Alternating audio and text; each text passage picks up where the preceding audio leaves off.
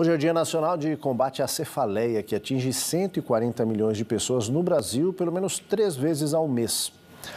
A dor de cabeça pode ser provocada por causas externas ou ser ela mesma uma enfermidade. Sobre isso eu conversei com o neurologista e membro da Sociedade Brasileira de Neurologia Infantil, Marco Albuquerque. A cefaleia provavelmente é o principal motivo de consulta no ambulatório de neurologia, né? No ambulatório de um neurologista ou de um neurologista infantil. Existem vários estudos epidemiológicos e mostram que pelo menos uma vez na vida você vai ter uma cefaleia de forte intensidade, né? 1 em cada 3 pessoas vai ter uma cefaleia de forte intensidade. É claro que a grande maioria das cefaleias, elas são secundárias, elas são devidas a um quadro de infecção das vias aéreas, um quadro de sinusite, enfim, um quadro gripal, mas aquela cefaleia recorrente, que acontece com a frequência não tão habitual, ou que está piorando durante o tempo, ou que está prejudicando o paciente em determinadas situações, essa cefaleia, sim, ela precisa ser investigada. De uma forma geral, a classificação internacional divide as cefaleias em primárias e secundárias. As secundárias, como o próprio nome fala, seriam aquelas secundárias a qualquer outro problema de saúde, tipo uma sinusite, uma meningite, um trauma na cabeça.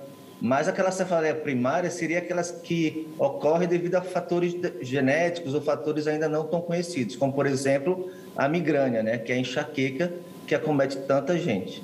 Em geral, as pessoas acabam tomando um remédio, um analgésico, para poder enfrentar a dor.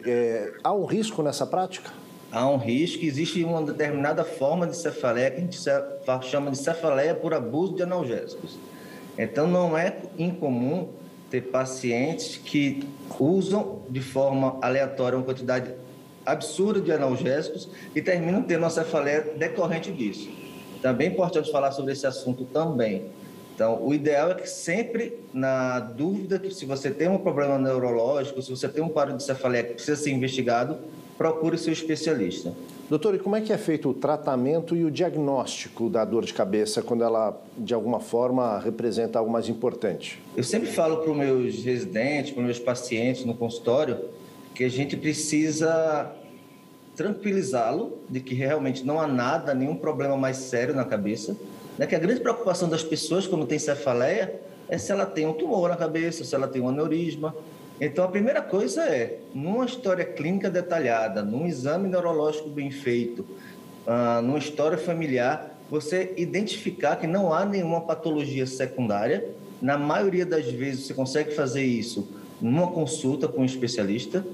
E naquelas formas que você tem dúvida, você parte para a investigação diagnóstica. Definindo um quadro de uma cefaleia, por exemplo, um quadro de uma migrânia, um quadro de uma enxaqueca, existem várias formas de tratamento, mas de uma forma geral, a primeira coisa que precisa ser feita é modificar o estilo de vida da pessoa. Então, tem muitos tratamentos que não precisam de medicamento em si, mas que podem melhorar ou prevenir o surgimento da enxaqueca. Por exemplo, uma falta de sono, um excesso de sono, um estresse que a pessoa passa diariamente, o jejum, o álcool, que é um desencadeante bem frequente, uso de medicamentos, luminosidade. Então, você vai tentar amenizar todos esses fatores que podem contribuir para a tua cefaleia.